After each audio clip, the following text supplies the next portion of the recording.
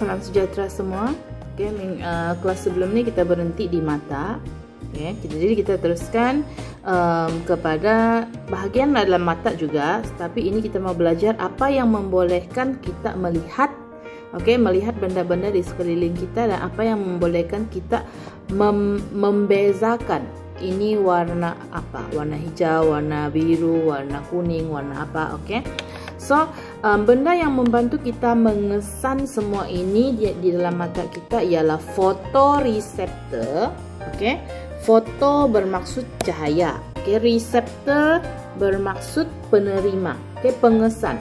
Jadi fotoreseptor ialah pengesan cahaya. Fotoreseptor ini terdapat dalam retina. Kalau kamu lupa sudah apa itu retina, pergi balik nota sebelum ni yang kamu label retina ialah lapisan dalam mata. So di dalam retina ni, ini ialah lapisan retina. Di dalam retina terdapat sel kon dan sel rod. Sel rod dan sel kon. So sel rod, coba tengok di mana sel rod ialah yang warna biru ini. Yang warna biru ini dia peka kepada keamatan cahaya. Bukan keamatan, bukan pesta keamatan. Keamatan cahaya. Maksudnya cahaya tu kuatkah, cahaya samar-samar kah, cahaya sangat terang kah? Dia membantu kita membezakan sama ada satu kawasan tu dia gelap kah, dia sangat terang kah, apa. Itu ialah tugas sel rod. So kalau kamu punya mata, sel rod dalam mata kamu tidak berfungsi, bermaksud kamu buta lah, buta sepenuhnya, tidak nampak. Sebab tiada sel rod bermaksud kamu tidak boleh mengesan cahaya. Kalau sel kon ialah yang macam ini, saya tidak tahu macam bentuk apalah, yang warna kuning ini. Sel kon dia punya fungsi ialah mengesan cahaya. Dia peka kepada warna cahaya. Maksudnya dia boleh kesan dalam keadaan yang cerah. So mestilah kan kalau dalam keadaan gelap kita tidak dapat bezakan warna. Coba fikir, betul kan enggak? Kalau di kawasan yang gelap kan kita nampak semua macam sama aja warna dia. Tapi kalau di tempat yang cerah, kamu on saja lampu, kamu boleh bezakan warna. Boleh bezakan warna pink, warna hijau, warna kuning, warna apa. Jadi dalam retina ni terdapat 3 jenis sel kon. Yaitu sel kon yang peka kepada cahaya merah, hijau dan biru. So 3 jenis sel kon ini yang membolehkan kita membezakan banyak jenis warna lah. Ini adalah yang asas, merah, biru, hijau. Otak kita bila dia terima impuls saraf, maklumat, dia akan tafsir. Dia dapat bezakan warna pink tu banyak jenis, pink terang, pink lembut, pink gelap, pink apa, banyak jenis pink lah kan. Hijau pun banyak jenis, kuning pun banyak jenis. Itu adalah tugas otak kamu. So kalau orang yang sel kon dia tidak berfungsi dengan baik dalam mata dia, bermaksud dia apa? Dia buta warna. Dia bukan buta, dia masih boleh nampak, cuma dia buta warna. Jadi apa maksud dia buta warna? Buta warna bermaksud dia tidak dapat membezakan warna. Yang kita nampak hijau mungkin dia nampak kelabu. Yang kita nampak merah dia mungkin nampak kuning. Dia punya, sebab dia ada masalah pada sel kon dia tidak dapat membezakan warna. Tapi dia masih boleh melihat. Dia masih boleh kau nampak kau berdiri di sana, cuma dia tidak dapat bezakan kau pakai baju warna apa. So kalau kamu mau tahu, sebelum kamu ambil lesen kereta, lesen memandu, lesen motor, lesen apa-apalah kan, kamu akan perlu ambil ujian. Ujian, salah satu ujian dia selain daripada ujian rabun ialah ujian buta warna. Dia mau tahu kamu buta warna atau tidak. Adakah anda buta warna? Kamu boleh tes lah, buka mata besar-besar. Ini ialah alat yang ringkas untuk tes kamu punya mata tu buta warna atau tidak. Tengoklah kalau kamu nampak warna ni. So ini adalah 7. Yang pertama ni nombor dia 7. Kalau kamu tidak nampak, maksudnya kamu buta warna lah. Okey. Ini berapa? 13. Ini 16. Ini 9. Ini 12. Ini 8. Kalau betul bermaksud kamu tidak masalah buta warna lah. Okey ya. Next, kita akan belajar tentang telinga kamu. Okey. So telinga, pegang telinga masing-masing. Okey, jangan cuba cucuk ke dalam telinga. Okey. So ini bahagian luar. Telinga kita terbahagi kepada 3 bahagian yang utama, yaitu telinga luar. Telinga luar bermaksud daripada cuping telinga sampai salur telinga. Ini ialah telinga luar.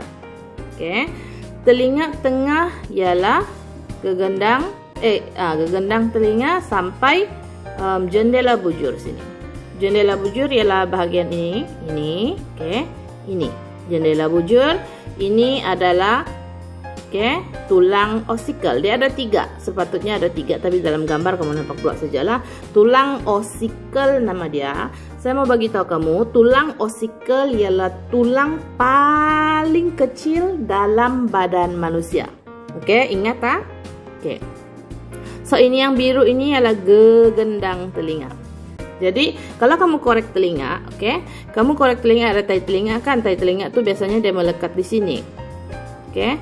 Kenapa kita ada tai telinga? Apa sebenarnya tai telinga? Okey, tai telinga sebenarnya ialah telinga kita ni dalam ni dia lembab.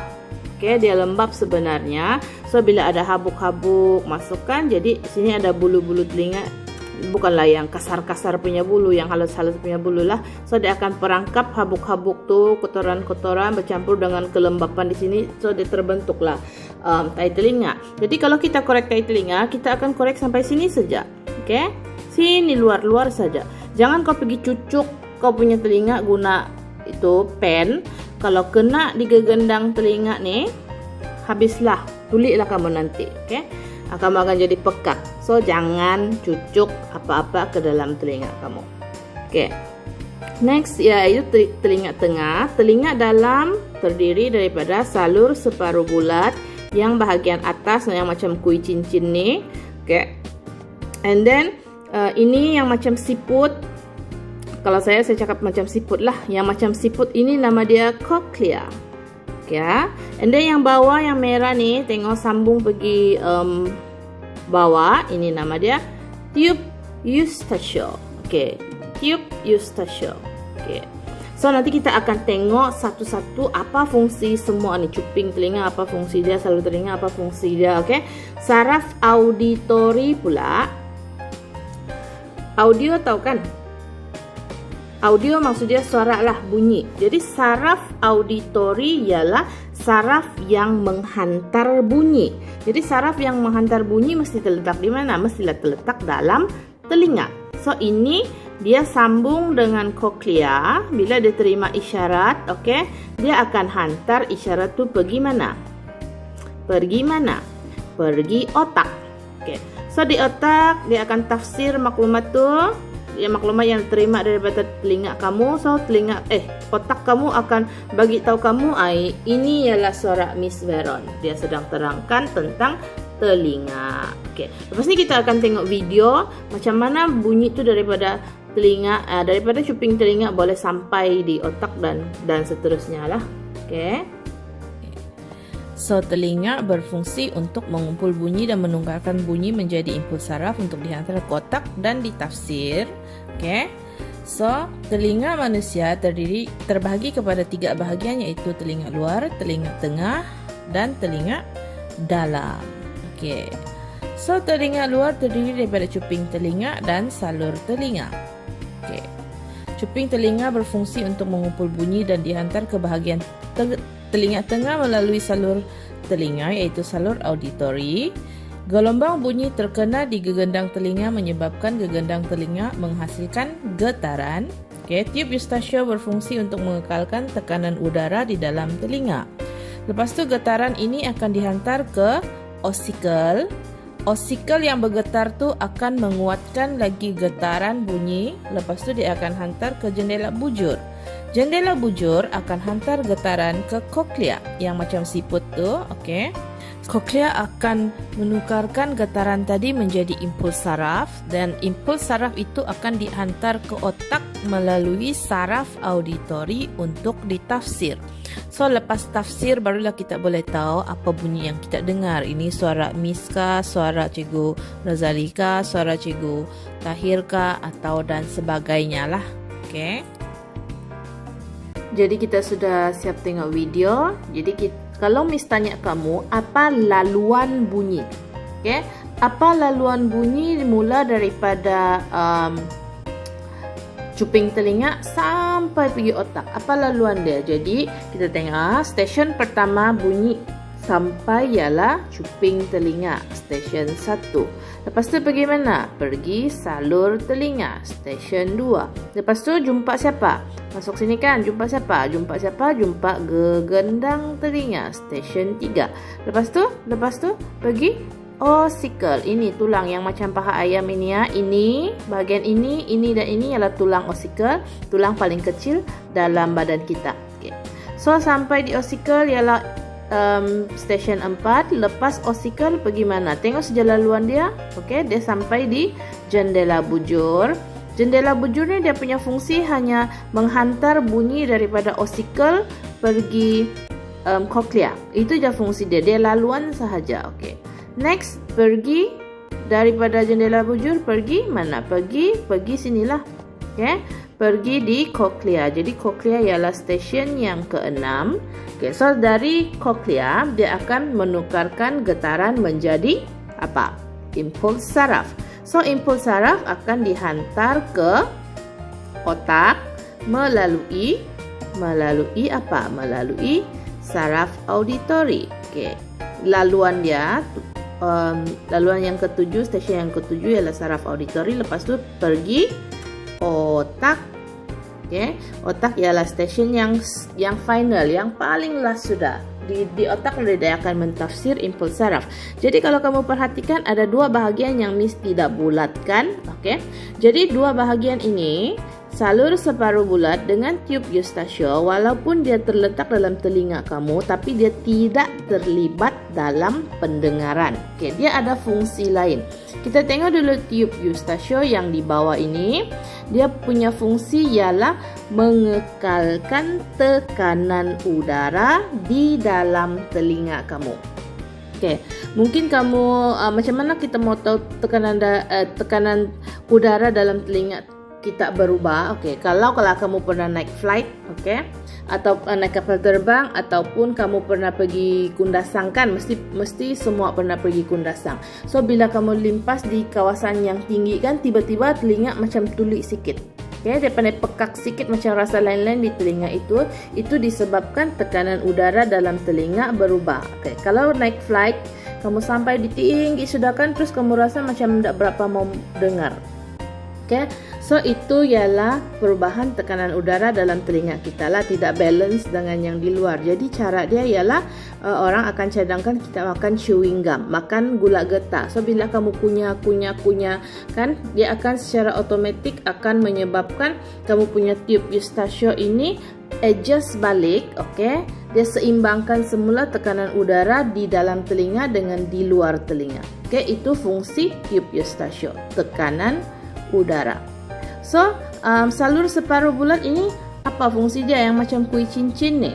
Okay. Salur separuh bulat punya fungsi ialah mengekalkan ataupun mengawal keseimbangan badan kita supaya kita berjalan, kita tidak tumbang pergi sebelah.